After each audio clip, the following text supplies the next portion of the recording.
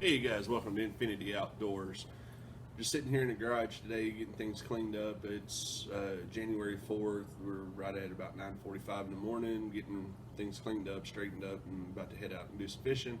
Thought I'd do the first video for 2020 since we ended 2019. It was a good year, a good fishing year, good year for life in general.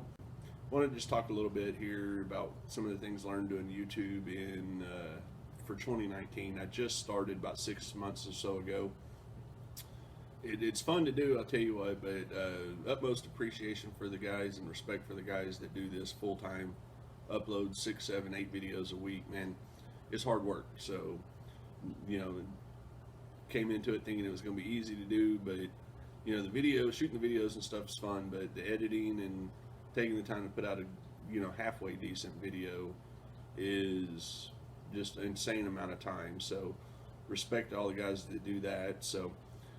But what I want to do in the video here is just talk a little bit about 2020, of what we're going to do for the channel and so forth. Just let everybody know this is not my job. I don't plan on it being my job. I don't plan on quitting my job. I love my day job, but it's something we're going to continue to do and grow, and hopefully, grow the channel. For those that currently subscribe, thank you very much. Goals for the channel for 2020. Get more consistent on doing videos, different type of videos, and getting I'd like to be about 1,000 subscribers here by the end of the year, or more. So if you like the videos, please share them, like and subscribe. Anything helps build it up, so we do appreciate that. Before I get into what we're going to plan on for 2020, I just thought I'd give everybody a shot around for our gear and stuff that we use, because one of the things with us, we're simple. I don't use $300-400 reels and rods and things of that nature. You don't need it. Even catching big fish, I've think the most expensive combo I've got is a little over $150, and that was a gift from my wife. So I don't buy expensive gear. So with that said, let's take a shot around the garage here and show you what we got. I don't have a specific fishing room or anything. All right, guys, as I was saying, don't have a specific room in the house or anything for gear. Do have a family with an 18-year-old daughter and all that, so it's all in the garage here. So we'll start here. My little bait tank, bought off the Facebook Marketplace for like 15 bucks. It's like a 20-gallon little fish tank. Keep live bluegill. Right now I got minnows in it. Was trying out shad to see if I could keep him alive. I kept him alive for about 4 days, and it looks like he died last night, so he'll be used today. But this fish tank, I'm going to upgrade that as soon as I can find one little cheaply on the marketplace or somewhere. I'm going to upgrade to like a 50 or 100 gallon. But here's some of our gear. I've got a couple float tubes my father-in-law gave me here this winter. So you will be seeing videos in the spring and the summer with the float tubes. Does float tube fishing, got my waders and all that good stuff. Rod combos, sorry you can't get a real good shot of them. We got our workout gear here in the garage as well, squat rack and all that. But this section here is my panfish rods, my bass rods, and crappie rods and all that good stuff. I got a variety of all. Got some spin casts. Yes, they are spin casts. Ultralight, spinning reels, my casting rods and everything. Then this section here is my bigger rods for my catfish and floating live baits and things like that. So as you can see, I've got a couple Abus. I love Abu Garcia, the 6500 series, and the 7300 series. Then one of my favorite rods here is that black one with the red grips on it. It's a Pro Cap from Academy. They're cheap, but that rod does wonders for floating live bait on our bobbers. I'll show you here in a second. Biggest fish caught on that setup has been a 60-pound flathead out of Lake Fork. And then over here is just storage of a gear. Got my pool noodles that we make our floats out of, and those are not box store pool noodles, cheap ones. Those, I order them. They're closed cell foam, thick cell. They don't soak up water or anything like that. Got a little cheap minnow trap. We can do catch our own minnows. Got a perch trap here that we use for bluegill and things of that nature. All my bass gear, terminal tack on all that. There, as you can see, I've got bobbers that we make, various sizes, go all the way up to 6 inches in length. That thing will float over 2.5 pounds of weight, including the bait and everything. Got some other designs that I do that are traditional slip floats. These work with sinker slides, and just normal stuff. Chairs, bait buckets. The bucket there with the yellow lid on it, that one is my floating live well. And then we're bank fishermen, so there's my cart set up, rod holders and all that. My catfish, panfish bag, the black bag hanging up that you've seen was my bass bag for just whenever I go bass fishing. Then I've got a RC bait boat, used a lot by carp fishermen, but I use it to get my catfish lines and my float rigs out 200-300 yards offshore because I don't have a boat. So that right there is our gear. All right, guys. So that right there is our gear. Just a quick shot of it. We'll throughout other videos we'll go into the full setups of what they are and all of that good stuff. So, but like I said, we don't do anything fancy on gear, anything like that. I personally don't believe you need it. But that's it. So what we're going to 2020 here. We're, like I said, going to get out and do a little bit more different type videos. Now, keep in mind we are bank fishermen. We live in North Texas, in between Lake Louisville and Lake Grapevine. 2-hour drive.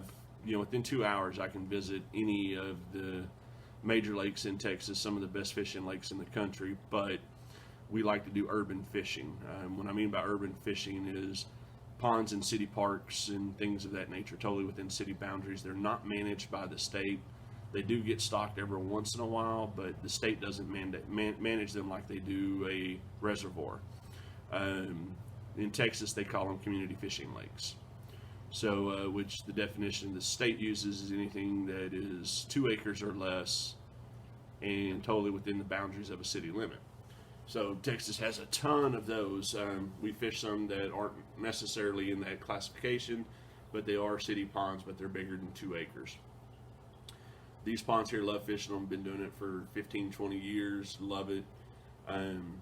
They're hidden gems. I know reading online and all the forums and Facebook and all that stuff, you'll get true fishermen that will say it's cheating, it's like shooting fish in a barrel and all that. But I'll challenge anybody that thinks they're a true fisherman and that thinks fishing a city pond is not difficult at times. Hit me up and I'll take you out, because I promise you these ponds run patterns and everything just like a big reservoir does.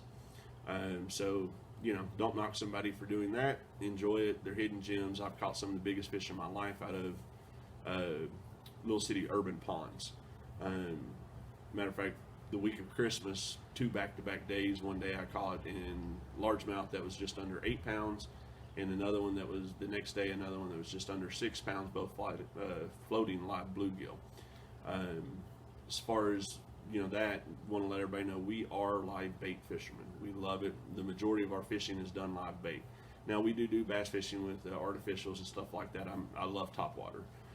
So that's going to be what we do in 2020 a little bit. Is my wife just started fishing with me about a year and a half ago, and she's really loving it and enjoying it. She doesn't fish too much in the wintertime because she doesn't like the cold, but come springtime and summertime, one of the things she wants to do for 2020 is learn how to use bass gear.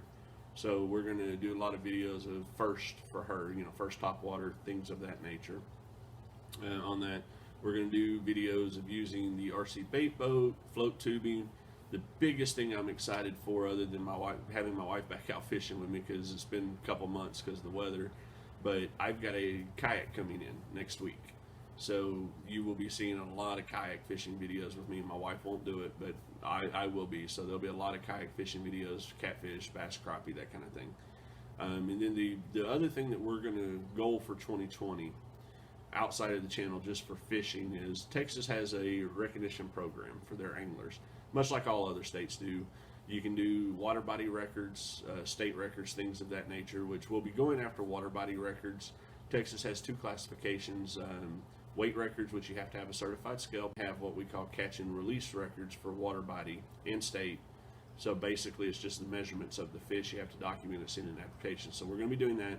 But they also have what's called a big fish classification. Basically, there's a list of species for the state that they have trophy. The state has determined certain lengths or above classified as a trophy fish. You fill out the form, send in the documentation, and you get a certificate for a big fish. Well, in the state of Texas, if you get 5 big fish awards of 5 different species, they recognize you as an elite angler. So that's what we're going to be doing and going after for this year. Now, it's not a program that resets every year. Once you start it, you've got your lifetime to do it. We're going to get it done in 2020. That's the goal. And just to read you a little bit of it here, I got it printed out. The species that the state classifies as, you've got all your bass species, which is your Guadalupe, your hybrid striped bass. We do have hybrid striped bass here. Largemouth, smallmouth, spotted bass, striped bass, and white bass. White bass you'll hear me refer to a lot as here in Texas. We call them sand bass. Bluegill, the buffalo, big mouth, black, and smallmouth buffalo, common carp, all 3 major species of catfish, blue, channel, and flathead, black crappie, white crappie, freshwater drum, alligator gar, long-nosed gar, and spotted gar. Sunfish, which is for the state, is anything outside the bluegill. So long ear, red breast, green sunfish, any hybrids of the species will fall in that category. Rainbow trout, which only gets stocked in Texas in the winter because once the water heats up, they die here. And then walleye, which that one's off the chart for us. I don't know anywhere in North Texas that has walleye. So, but what we'll be looking at, largemouth and spotted mouth bass. But like for Texas, our Parks and Wildlife deem a trophy largemouth anything 21 inches or bigger. Give you another example. Blue catfish is 36 inches or bigger. Channel catfish is 30 inches or bigger, which is a big channel cat in North Texas. Our channel cat don't get big like they do in the northern states. Like bluegill is 10 inches, so crappie is 15 inches for both white and black. So those are trophies. I've got urban fishing spots that I know have these in them because I've caught them. We've just never took the time to do the certification, but we're going to be doing that this year and just going to get out as much as we can and enjoy it, fishing and doing videos for you guys. So if you like the videos, if you have any questions, if you have any suggestions, leave a comment. I'll be more than happy. I'll reply to all the comments. The only thing I ask is don't be a jerk. I'll forward some good nice criticism, corrective criticism, things of that nature. But if you just want to be plain out, be an ass about it, I'm not going to respond back to you. Don't want it, don't deal with it. So, but that's the kind of the plan. Like I said, just want to do a quick video here, update of where we're at and what we're planning for 2020. I hope you'll come along for the adventure with us. Until then, guys, tight lines, and remember, there's a reason they call it fishing and not catching.